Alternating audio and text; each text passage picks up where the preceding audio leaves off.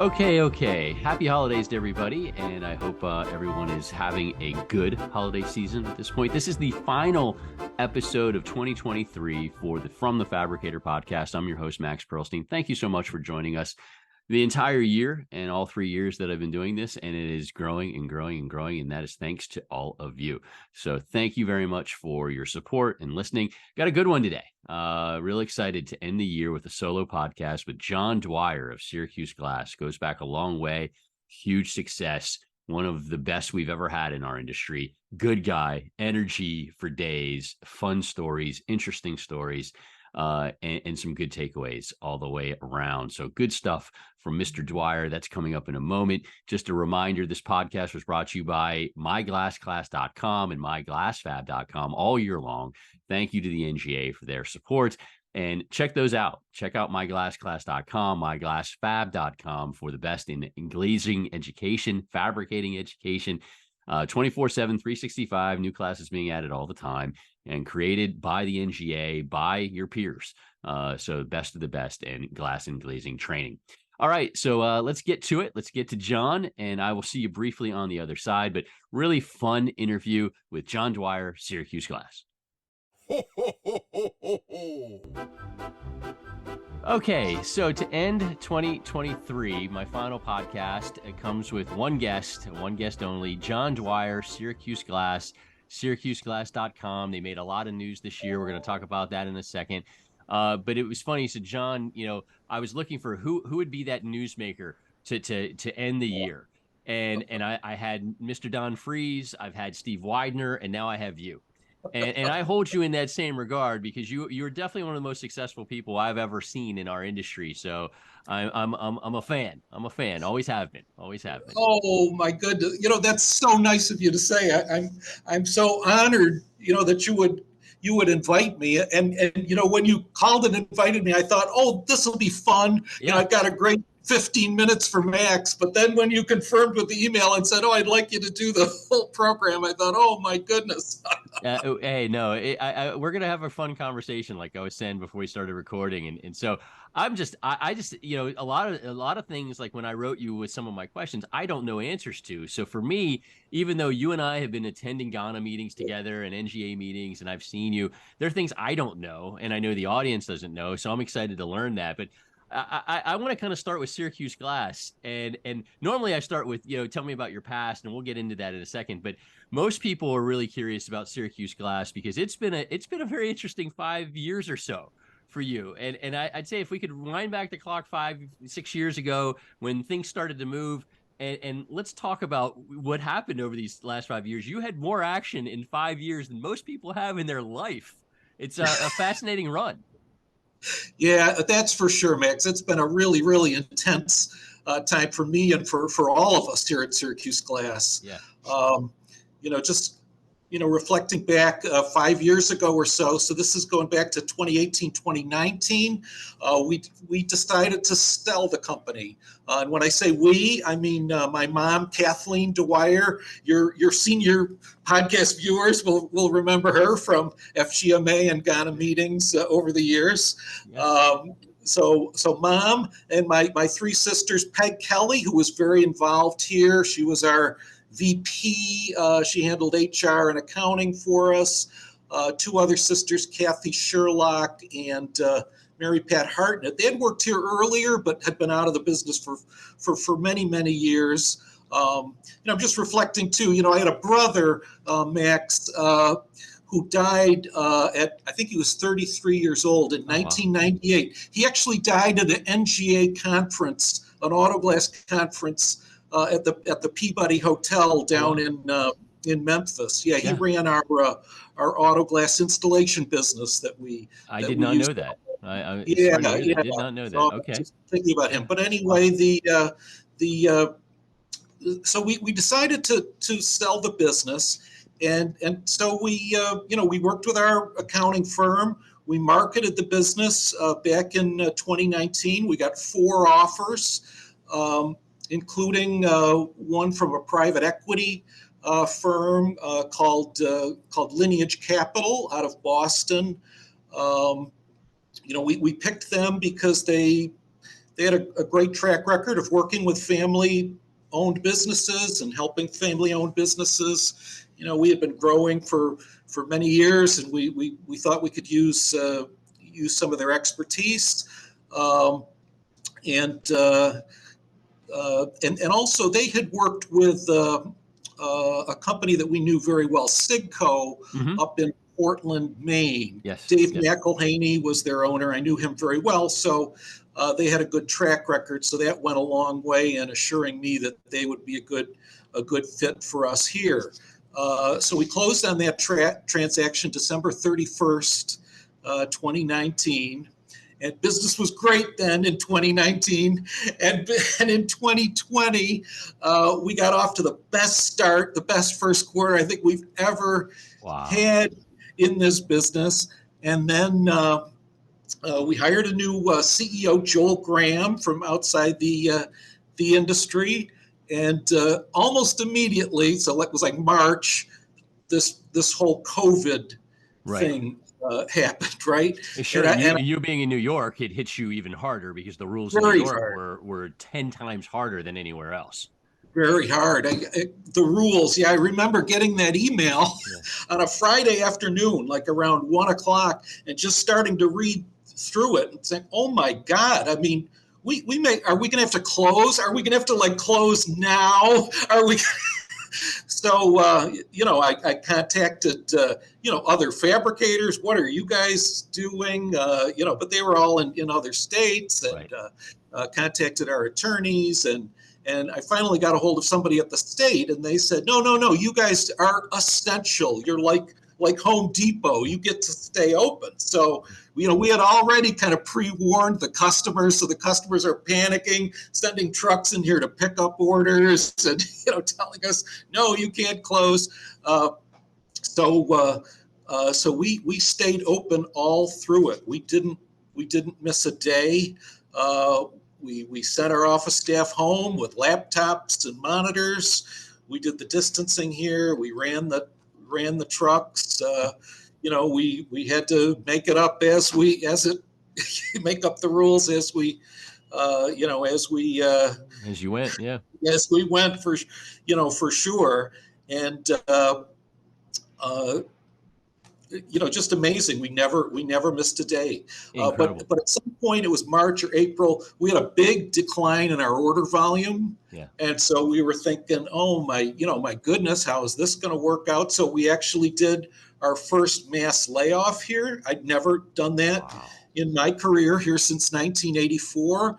So, we had some meetings with some of the employees and said, hey, there's this federal program, there's this extra, how would you feel? Because we're going to need you back at some point, but we're just not sure, and we don't want to, we can't do this for months and months. We acted fairly quickly. And then, after some period of months, just a couple of months maybe, we were able to get almost everybody back. Our team members are just, so wonderful. Yes. That was another, new thing for us. Our order mix totally changed. I mean, shower doors, it went all the interior. So it changed a lot. All the interiors. Yeah. So many people around, the areas we service were, working from home, and they were renovating their bathrooms. Yeah. And so all of our interior work really picked up. Our IG volume really declined. So we had to shift, to meet that, demand. And that's why you've been a success, because you saw things and you diversified and you moved, you evolved quickly. And in the middle of all of this, you were training a new CEO, and then that went, unfortunately, in a very difficult direction. Right. Yeah. So while all this COVID is going on, you're exactly right. We're working with Lineage Capital. We're putting together a growth plan, and that included hiring, a wonderful CEO. Joe Gutenberg was his name. A West Point grad, engineer by schooling. He had some great experience running a local manufacturing company here that made laundry equipment, commercial laundry equipment. A super quick study. I mean, I worked for him for about 6 months he started January 1st, 2021, and we worked together for about 6 months. So fun, sharing industry knowledge and Yeah. introducing him around. Yeah, you And introduced him to me. He seemed like a really nice guy, really well put yeah, together. yeah, And then all of a sudden you get news that he's sick, and yeah, that was devastating because that ended up pulling you back into into a full time role, big time full time right. role. Not even Yeah, full time. I mean, it was all the time role at that point. right. Yeah, Yeah. So, but he was with us for almost 3 years, we worked with him. We developed this plan. He right. executed it beautifully. Um, we bought trucks. We hired 2 sales reps. We added 25,000 feet. We added a heating and cooling section to our FC 500 furnace. We added a Right. cutting line, and off we went. He just did a super job. But unfortunately, I mean, he got thyroid cancer, Yeah. and over his course of time with us, he had 3 surgeries, and really each time, he expected that he would pull through, but unfortunately, he didn't. And he gave me a call in March of this year and said, I won't be making it back. I've been told I've got 2 weeks. Oh my gosh. And yeah. So I called the private equity partners, and I was in the next week. I mean, it was so sad. Yeah. Young sons at home and a family, his parents still alive, and at his wake, Mike Cully from United Plate Glass. He said Joe was well on his way to being a glass industry rock star. Yeah. And it's Yeah. like he was right. He lived in the Pittsburgh area, so he would stop in and see Mike on Saturdays sometimes. And that's typical Mike. Mike's a class act, and I would expect him to say something like that. And it's Yeah, just such a shame. So it brings you back in, and then Lineage, and you decide that it's time to sell, and now here we go. You're back in the process of selling the company again 5 years later, which is another major happening that most people don't. In your position, you're involved in the first time. Very rare that you're involved in the second time, and you were in the middle of it again. right. Yeah, absolutely. So I was back, full time. So I'm back I'd been on the board all Right. through this, and I'd come in if they would ask me to come in Sure. for help. But yeah, so I'm back here in the president, in the president role, and then the private equity partners recommend marketing the company. That they thought the conditions were very favorable, and so we did that. And so we had a apartment downtown for late evening dinners, and we had a conference room downtown for meetings before work in the mornings, and plant tours and all that. So another sale process, 2 of them Amazing, now. amazing. And, Again, most people don't in our world. Most people, especially when it's a legacy like you are, don't get to go through it twice. And you went through it twice in the main position twice, which is amazing. And now, so Oldcastle BuildingEnvelope, you make the deal, everything's going great, and we'll talk about that in a second. But the one thing I saw today that I did not realize that it was the #1 most clicked story on Glass Magazine this year in 2023 was Syracuse Glass being sold to Oldcastle BuildingEnvelope. And that, wow. to me, that says a few things. Obviously, Oldcastle is a major brand, but it also is people love what you've done there, and they have so much respect for you and your people and your culture, that they wanted to see, what was happening with you, and you and the team there. And so, yeah, the #1 click story. So talk about newsmaker. You're a newsmaker, Wow. #1 in the Glass Magazine Weekly that came out today. So how is everything going under the Oldcastle BuildingEnvelope banner? Everything going okay? Yeah, it is. We closed Max on June 15th. Okay. So I'm very relieved. I mean, we had actually 8 potential offers. I mean, Nice. the interest was just amazing to me. 4 from the industry, and 4 outside the industry. A couple of them with some very interesting expertise Okay. that could be leveraged with a glass fabricator. But but we selected Oldcastle. I mean, I feel like we know Oldcastle. We know people like Rick Wright that I had worked with for 30 years. Yes. Yeah. It's really going just fine. Their CEO Bruno Biasiota. I think he's done a great job in setting the stage here and just telling everybody here and at Oldcastle, look, this company's got a lot of things that we want to retain. Yes. And actually learn from. So we want to keep that, but then we want to bring to bear, all the advantages that they have, Sure. in a company that size, by way of, product development, all these other branches that we can source material from, Sure. the technical services group that we can work with to evaluate, jobs and quotations and safety, human resources. I mean, it's incredible to be able to pick up the phone as an independent, and have these resources, that are on our team. And it's a great geographical fit for Oldcastle too. So that's what would made a lot of sense. And the only thing I think of is you have 8 bidders. If I ever have to sell my house, I'm getting you involved because you obviously attract people to bid. I mean, 8 bidders. That's pretty awesome. Yeah. I mean, that's very cool. But again, you built something there. Joe and the team at Lineage helped and so on. And you took that next step. But a lot of it is that legacy, that you brought in. And that was a big question that I had was, I knew your dad. Your dad was that classic, that generation. I've talked about that generation on my podcast many times before that your dad is in. And, my dad's in that same generation. Yes. And your dad was known as an absolute gentleman, a class act and everything. But I mean, he was a big piece of Syracuse Glass.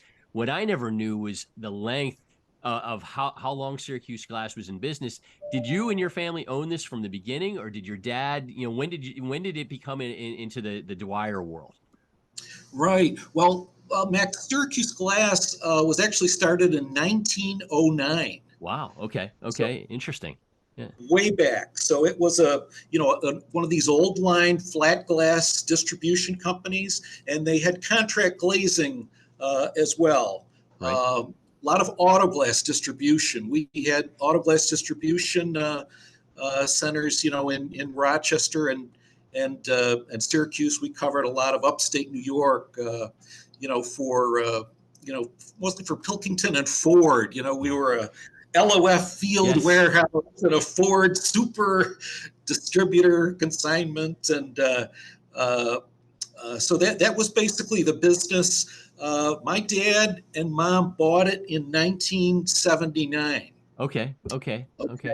But my dad actually joined the company in 1960 as a sales rep. So that's how he got into the industry. And at some point, he got promoted to run what they call the distribution side of the business. So not the contract glazing, but all the distribution sales. And then the company got acquired by another company called Vega Industries. And some of your senior viewers may recall Vega Industries, but my dad was involved in the 70s setting up these Vega Glass centers, they were called. Okay. Fort Lauderdale, Florida, Alexandria, Virginia. There were several of them. I think there were 15 of them or so. So he was doing that for a while. And then in 1979, New York State passed some kind of a tax law that the owner of Vega Industries just couldn't abide. So he made the decision to move out of New York State. Wow. And to close all his operations in New York State. So the deal to my dad was move to Des Moines, Iowa, where they had a window plant, and they also made fireplace inserts. Oh my gosh! Their trade name was Heatilator. That's an old. Yeah. But these inserts, were put in fireplaces. They had vents on the bottom, vents on the top, and the air would flow through the fireplace and heat up. So that was a big business for them. So my dad was given the opportunity to move out to Des Moines or to buy the glass businesses they had in Syracuse, which were mostly in Syracuse and Rochester. So he opted to buy the businesses here. My mom had a strong preference to stay, locally with her family and everything. So so that's the 19. I've never told this story publicly, and I hope I'm okay here. But I think it's a great story, and it says a lot about this generation of people in business and their marriages and how all in they were to these businesses. But so this is 1979. The prime rate of interest is 21%. Because my dad started PDC in 77 and it was 18 to 20%. And so, I know the timing that you're in there. I mean, it was insane to start a business. Awful. And business conditions are not good. So he raises all the money that he can, including couch change pretty much, and meets with several banks, and he is not able to raise enough money to close. Oh, wow. So literally the day before the closing, he tells my mother, but my dad was never, he could never be faulted for over communicating. But so he told my mother, that we don't have enough money. So the two of them basically get in the car. They go to my grandparents. They go to a great aunt. They go to a friend of my grandfather who had a masonry supply business. Wow. I mean, literally with a day's notice. And they signed notes, raised enough money, and they closed the next day. I think that was Friday, August 9th, 1979. Incredible. That's incredible. An amazing story. Yeah. And now, the rest is history, because your dad, Jim, your mom, obviously went to work. You joined in 84. So a little bit of almost a same, progression is like my brother, my dad started in 77. I think my brother joined in 80, 81, something like that. Is going through these same processes. And so you're there as the glass industry really hits that new pace. You're ahead of, the tempering aspect, which you eventually get into, and so on. So, I mean, it's just amazing what you and your dad were able to accomplish. And it kind of leads me, again, I'm with John Dwyer, Syracuse Glass, SyracuseGlass.com. It leads me to my next question. When you look back to 1984 and you look now, I mean, what are some of the things that blow your mind away about how much is different in our world today versus back then? Right. Well, so I joined the company in 1984. Right. So a few years later, and that's another story. Did you want to be in the business? Did you want to be in the glass business? No. I mean, I love watching your podcast, and I so many of the folks that you interview, you ask that question, and they, and you too, you also, right? I didn't. No. Yeah. So I had no interest in joining the business. I mean, as a kid, I remember, the company was hit by lightning, actually burned down and had to move. And I remember, moving 50 square foot window glass boxes, like for weeks, to help out with that.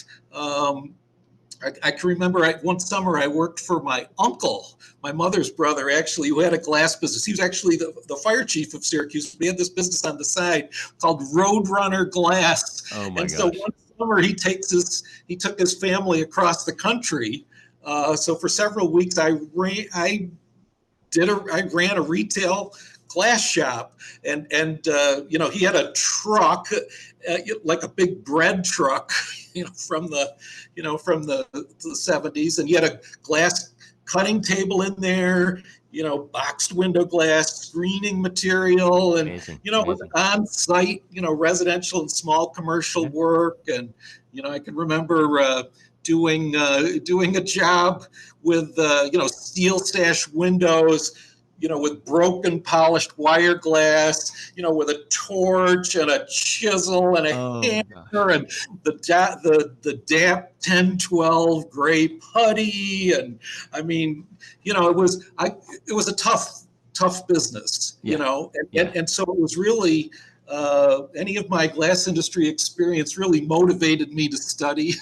So, but I'm amazed. That's amazing. See, that's amazing. And I'll let you continue in a second. But the one thing you made me laugh about was the 50-foot boxes, because I may have told the story in the podcast before, but my dad put me in the warehouse when I was a teenager, and I was out there for a day, and I broke more cases of 50-foot, 50-foot, square foot, cases than anybody in history. And he looked at me and he says, "You're an office person."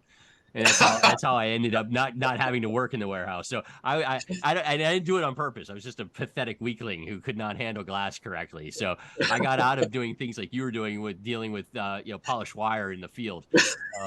That's crazy. So yeah, so you didn't want to. What did you want to do? I'm curious. What did you want to do? Well, actually, I wanted to be a city planner. Okay, Really? that was okay. So. Yeah, so I got a liberal arts degree and a concentration in political science and public policy at a Jesuit college here in Syracuse. But that graduating in 1980, I mean, the economy was terrible. Right. The outlook, was awful. And at that time, my girlfriend, currently wife, graduated as well, and she moved to New York City. So my focus changed. It was, how do I get to New York City? And at that point, the banks were hiring. All these derivative products were just starting. Yes. And so I got an MBA degree in Boston, and then went down to New York, and I worked at Chase Manhattan Bank. Wow. For 3 years. So I was on a path. I mean, it was working out really good. That was a great path, that Chase Manhattan Bank credit training program. Then you'd work for an investment bank, and then that was, in the 80s, that was a good path. But one day, I get a call from Dad, and he invites me to see the Yankees. He was a big Yankee fan. Okay. So great, sure. So I meet his plane at the old Pan Am terminal. You can walk right to the gates back in those days. Empire Airlines, a local startup airline up here in Syracuse. And so we take a drive, around Brooklyn. I remember him saying, wow, what a town for storefronts. We just had a blast looking at the buildings and the glass and everything. And we went to the Yankee game and went to dinner, had a great evening. So I'm taking him back to Kennedy Airport, park the car. I walk him to the gate, and we're literally sitting in the gate waiting for the plane. Yeah. And he says, "John, would you be willing to join me in the business?" Wow. I mean, literally they're calling literally, for passengers going on to the plane. I said, "Well, Dad, but he explained, hey, look, we're growing. There's a lot of opportunity. There was a senior employee here who had a health issue, and it was unclear whether he was going to be able to come back. So, I could tell he really could use the help. And he just had that way. He was just a guy that you really would, root for. And, oh, yeah, absolutely. There's just something about him that was just very genuine. And I knew he could use the help. So I said, gee, can I would have to think about this. And he said, sure, go ahead and think about it. I'll call you tomorrow, and then hops on the plane. Wow. So basically I took a leave of absence and wound up staying, so. Wow. Again, there's some similarities to my path, but I'm amazed at that. And that's a tough call. I mean, you're in New York City now. How did your girlfriend, then, future wife, take this? Because she's in New York City and you're going back to Syracuse. How did that work out? Not well. Not work out well. No, she was very upset. It was a big shock. Yeah. But she wound up, staying there for a while, and eventually we we got together up here in Syracuse. But The, it was. the family pool is something because, in my scenario, I was in Pittsburgh, and so, my brother was the one that, that did the convincing, hey, join us, the same story that your dad gave you. And I worked both jobs. I was working at a TV station, and I was working at the TV station on, 2 or 3 days a week. And I was working the rest of the week, at PDC at my brother's company. And so, that's how I got into it. So I was working 7 days and going at it. And he said, it's in your blood. And he was right. It was in my blood. Yeah. Yours, your dad, it was in your blood somewhere along the way, but your dad was, your dad's was an impossible guy to say no to. And obviously you couldn't, and I'm obviously it's huge that you accepted that, because that's a big historical move. If you decide to stay there, you probably become a major, major muckety muck at Goldman Sachs or one of these places. And the glass industry goes in a totally different direction, especially in that side of the world, and especially in Syracuse and in upstate New York. My gosh, it would change dramatically. It's like a massive what if. Wow.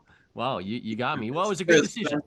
Yeah, and I'm so glad I did it. I mean, I really, I think I've had such a, it's just been a real privilege, really, to work with this, this team here at Syracuse Glass, and to work with my family. And, yeah. I think it's far more than I could have done, certainly at Chase, a big organization like that. So, yeah, no, it's as I look back in hindsight, it's like, I'm glad I was asked, because it's been great. Yeah, no, absolutely. I'm thrilled, and I'm glad history played out the way it did. And this is awesome. I didn't know any of this. John Dwyer, Syracuse Glass. He's one of the best we've got in our world, and I'm thrilled I'm getting to talk to you. And so I want to lighten it up a little bit. We have a few more business questions, but this is one, and it's coming. But this is a fun one, because years ago we had a glass show in Las Vegas, and I'm sitting in a restaurant at the MGM Grand. And you can see that there's a walkway, that leads, from the MGM Grand into their arena. And I was sitting kind of on the outside of the restaurant, and, watching these people walk, and it's all different makes and models of people. And it was Lady Gaga in concert. And there were every person that he either had piercings all over, or blue hair, or you name it. It was just a really eclectic audience. Lady Gaga. And here comes you walking down the aisle. And I look and I'm like, John. And I'm like, are you going to the concert? He goes, yeah, of course I'm going to the concert. So, I mean, that amazed me. I'm like, he's the coolest guy in our industry. He is going to Lady Gaga while the rest of us are doing glass build leftover sort of stuff. So how was that concert? And was it the most unique concert experience you've ever seen, or did you top that? Well, no, that was definitely an unusual one. I'm a classical music buff, so this is very unusual. But we're in Las Vegas several times, with the NGA show, the BEC conference. So I would make it a practice to sort of scan the, see what the entertainment options were available, and I'd buy a ticket, maybe a couple tickets, and if and a lot of times the nights are filled, right, with dinners and reception stuff. But, in the later evening, time, bring people. So I've done that as well. And, Celine Dion and Barry Manilow, so I've seen a lot of more conventional, acts. But Lady Gaga, I do remember thinking, because I was dressed in my usual upstate New York, mild-mannered businessman uniform, usually a blue blazer and a Oxford shirt maybe, and some gray trousers. And I do remember the guy next to me, probably in his 20s, was wearing a pair of boxer shorts, and he had yellow crime scene tape wrapped around the shorts. And if I think about it, he was probably wearing shoes, but that was it. And I remember thinking, wow, I'm a little out of my element here. Yeah, I just was like, he's the coolest guy. He is going to this concert and having a blast with these folks, and you pulled it off. I love it. That was great. A few more questions for John Dwyer, our end of the year podcast. This has been a blast, and so you and I got together, way back when it was the Glass Association of North America, Ghana, and we had the BEC conference, and we had a square table, gathering, every year in places like New Jersey. And it was a really important forerunner to what now the NGA does. How, you played a big role, and still do. You're still, you still poke your head in, you're still involved.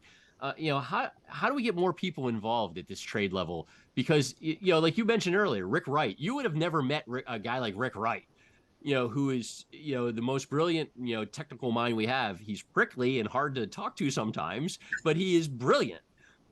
How do you, how do we get more people involved? Mhm. Well, I can just share my Please. experience. Please. Why I got involved. Um, well, Dad actually got me. He really strongly advocated that I get involved in the group. It was very helpful to him. I remember, Steve Widener, your guest last year, Yeah. I can remember Steve telling me that, that Jim introduced him around when Steve was new to the industry, to the, the Bob and Steve Bouchards, to the, to the, to the Shaws, to the, to the Berkowitzes and all the independents of the day. And he was just so appreciative of my dad's, welcoming him and introducing him around the industry. So Dad encouraged me to go, and I got a lot out of it. Okay, because I'm an independent fabricator up here. It really gave me the opportunity to get up and get out of the the usual circumstances here, and to meet a lot of people similar to me in other areas, and I formed a fantastic network of people that you compare notes with, like Arthur Berkowitz, like Braxton Smith at Glenny Glass, like the guys at up at Bryn Northwestern Glass, Bill Sullivan, and before him Pat Rome, and and Doug Nelson, Pat, Doug Nelson, and those guys. We would really get together and discuss things, and I just got so much out of those kinds of discussions. It was just that's the name of the game. Is that's why some people say, well, I can't gain from attending certain things. I'm like, you just being able to bond with people, talk with them, the best practices, getting to know them, the networking is absolutely invaluable. It's just incredible, and you're proof positive. A lot of the things that you learned there, you were able to take back and put into practice immediately. Right. And then another thing, Max, was my ability to really meet these people like Rick Wright and Julie Schimmelpenning, for instance. Yeah. There's, I could, go on and on, really. Because there's so many great, and I found that I would go to the technical meetings. I certainly wasn't a contributor like Julie and Rick were, but I learned a lot from those meetings. But where I really contributed was like at the Ghana board and the Ghana division leadership.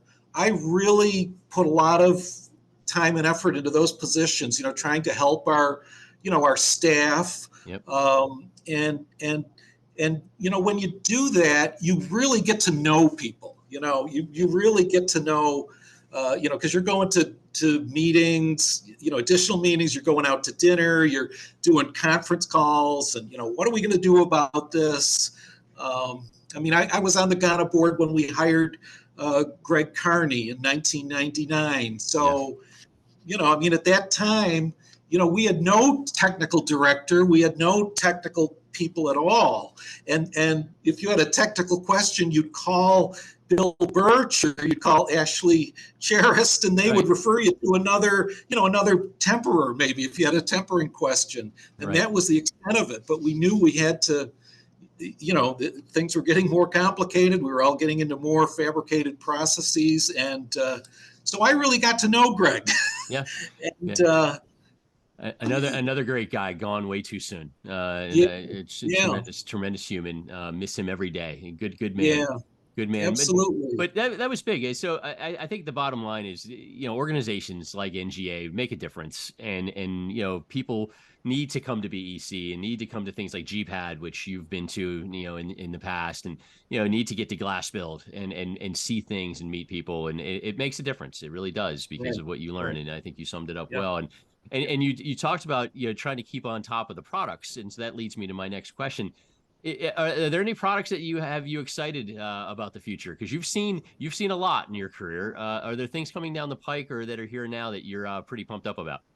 Yeah. Yeah. No, when you think about it, I'm born in 1958. I'm older than you are. I think I'm more like Steve's Yeah, age, I you're think. you're exact. You're exactly Steve's age. Yes, Yeah, yeah. yes. So I remember this. So I'm born into a world of plate glass and sheet Yep. glass and annealed clear glass, right? Yep. So that's, I think really our generation has really seen so much transformation. I think of my grandfather when you called initially. It was the anniversary of his death, actually. So he was born in 1905, died in 1993, I think. Wow. So he's Okay. seen horses and trolley cars to jet travel and rockets and such. But I think for the glass industry, it's really been my generation, Steve's generation, that's really seen the an incredible transformation. I mean, I can remember being in our house as kids, and my youngest sister Kathy, we're all at the door getting ready to leave for school. My sister pushes the front door in our house that had a lot of panels of 1/8-inch clear annealed glass, and she pushed her arm right through one of them and basically cut her arm, like literally Yeah. right. I can remember her saying, saying, "I can see my bone." I mean, so that's the type of Yeah. glass that, and now, holy Toledo, It's all it's changed. Yeah. unbelievable. The glass, as I look out my window, I mean, the glass products going through here are just amazing. But yeah, I'm really enthused. I think it's a great time to be in the glass business. Um, these miracle coatings that Vitro and Guardian have Yeah. developed. I mean, they put people, regional fabricators like us, really in the high performance game. The C.R. Lawrence products. I mean, C.R. Lawrence put us in the shower door game, Yeah. the all glass game. It's amazing. So these energy efficient products, we're making triple IGs in volume now. A lot from Yeah. Massachusetts. They've Yeah. got a The stretch stretch code code. Yeah. adopted in a lot of those municipalities up there. So we're using, two of these coatings and argon and all kinds of stuff. Amazing. So that's I'm thrilled about that. I think our prospects are bright there. We work with a company up here called Armored One, and Yes. their Yes. founder Tom Stiz. He's a retired SWAT team Hmm.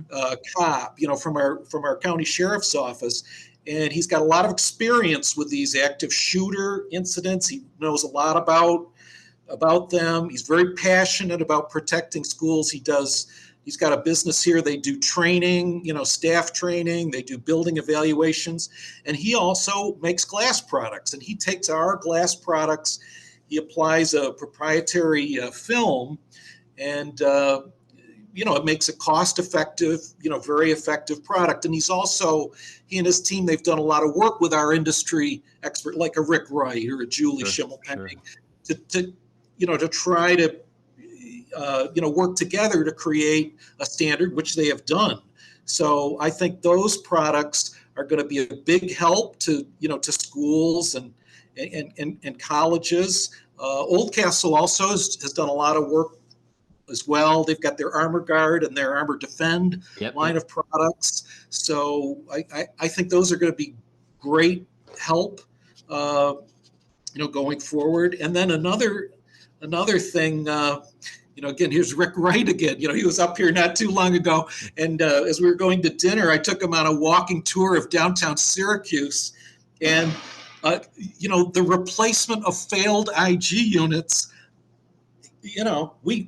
the industry made a lot of IG units in the 80s, Yeah. and those units are starting to fail. Yes. And that's It's a business. That's a big it's a business. business. It's a Yeah. business. Yeah. So that's another thing that I think is going to be interesting. And it's just, even if we go through a down period, there's just a lot of, sales for renovations, for replacements.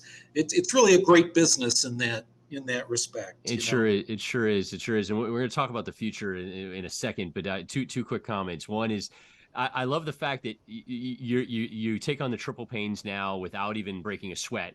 Because for me, 20 years ago, we get an order for a triple pane, and it would cause like the whole plant to stop.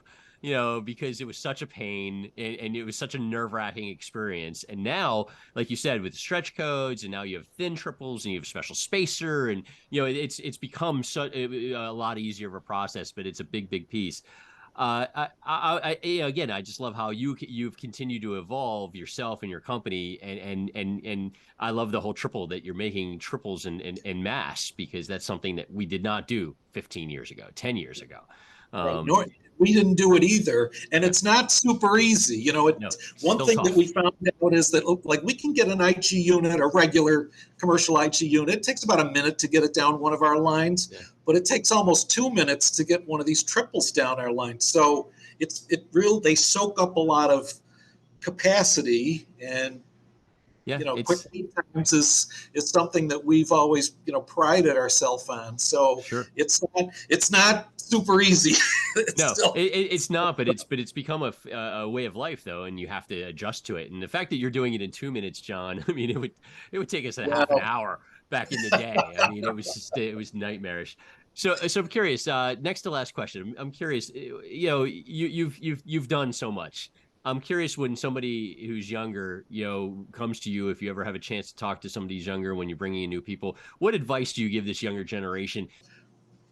Again, the trade group, right? NGA. I mean, it worked for me. No doubt. Right? No doubt. I think that's a big piece. It's a big piece. Yeah, it totally is a big piece. And it worked so well for me that at some point, like, it became, like a duty almost, or the trade groups really have given us such benefit, that these folks, like Tom Culp and Tom Zaremba, and I mean all the work that they do in the codes. I mean, back in the day, I remember when Lowy Glass came out, and we would have to like put these proposals together to calculate the cost benefit, right. The cost of the Lowy coating, the benefit of the lower heating bill, and there's just so much of that stuff now that is just gone. Right. Right.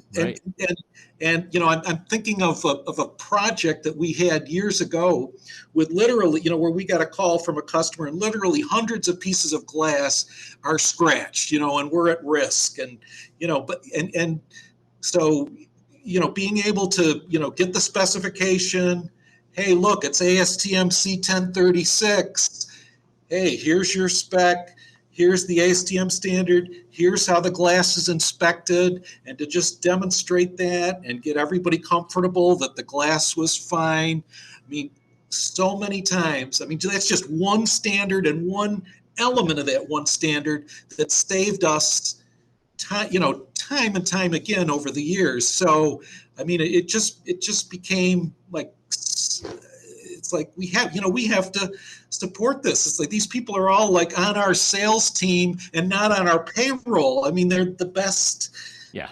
The Tom Culps of the world, the Irma Sowells, and now Karen Weeks up there, and just so many good people. And they make a difference. They make a difference to the trade group. I love that answer, and I'm sure Nicole Harris at NGA will really love that answer. That was a fantastic take, but it's true. So wrapping up, you mentioned a little earlier about you think replacement retro is a good market, and I do too. What do you feel for the year ahead? You guys are in good shape for the year ahead, and It's funny. I'm hearing the big guys are okay in 24. They're worried about 25. The smaller folks are okay, are not real confident about 24, but feel pretty good about 25. Where do you feel? How's life looking for you in Syracuse Glass and Oldcastle? Yeah, I think we're going to be okay up here, Max. Our backlog is definitely falling right now, but it usually does this time of year. The True. business is seasonal. We've got a pretty severe winter in the markets that we serve in, upstate New York, New England, eastern Pennsylvania. Weather can be a factor. Oldcastle has seen some softening. Uh, they're seeing a decline in their backlogs as well. But our area doesn't really boom and bust. Right. We've gone through many rough periods up here, and we've done just fine. There's a lot of public work up here, Yeah. and a lot of these public entities, they still have COVID money. Our county, for instance, has an extra $75 million, so they're going to build an aquarium. So they just broke ground on it. So a lot of these schools and other public entities are still loaded. So that's going to go for some period of time up here, at least through next year, I think. So beyond that, I'm really not sure. My lens doesn't go that far, but No, but that's what it jives with what I'm hearing, and I do think that once again you made so many good points during this podcast, and this goes back to early in the podcast, is that you've always been able to pivot when needed. And like you said, in 2020, in March 2020, when all of a sudden there was no work on the outside of a building, and IG softened dramatically, especially because in New York you had the distancing rule where glazers still had to stay 6 feet apart or they get fined 10 grand. They had to, and how do you glaze a building when you have to stay far away from your fellow glazer? It's not going to work. And so people were sitting, but yet you sat up and said, okay, I'm going to focus heavier in this area that you were already in, but then you put more emphasis on it. So it's that diversification. And I think that's where you made a great point there, and I think that's what people are going to have to do in 2024 and 2025, depending on the size of their company and what they're focused on. But you gave a lot of nuggets of advice through this hour together, and the people that are paying attention are going to take that advice and do something good with. The others are just going to be like, that John Dwyer is a hell of a guy. That's which is completely true, and he's a Lady Gaga fan. Nothing wrong with that. And that was before she was in the movie with Bradley Cooper too. So you were on top of that trend before she got big. So you're a trendsetter too. Oh.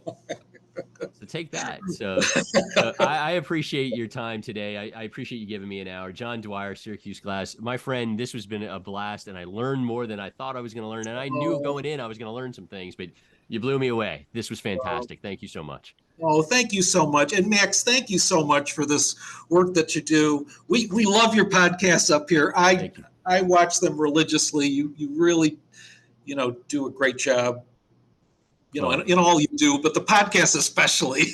Well, I'm thrilled. I'm thrilled you guys check it out, and I'm thrilled to have you as a guest. And this is a great way to end 2023. And a happy and a healthy new year to you and your family and everybody at Syracuse Glass. Great crew that you have here. A happy and healthy one to everybody for sure. Thank you. You too, and Steve as well. Will do. Thank you, sir. Thank you. Okay, that wraps it up. John Dwyer, what a great guy, and a legend in our industry, and he's going to be around one way or another. The guy has the touch. So thank you to John for that. We're wrapping up. It's 2023, almost done. And in this period, I usually talk TV. The only thing I'll add at the end is it's a wonderful life season for me. I see that every year. Once a year, I cry. I repeat all the lines. I'm a big sap for Jimmy Stewart and love Donna Reed in that movie. All-time favorite actress in that sort of role. So good stuff. It's a Wonderful Life in December. Make sure you check it out and enjoy the holidays. And however you celebrate, be good, be safe, have fun. And I'm wishing all of you out there a happy and healthy holiday season. Happy and healthy 2024. Can't wait to see you on the other side. Thank you so much for joining me. And we'll see you next year on the From the Fabricator podcast. Thank you. Oh, the music is stopped.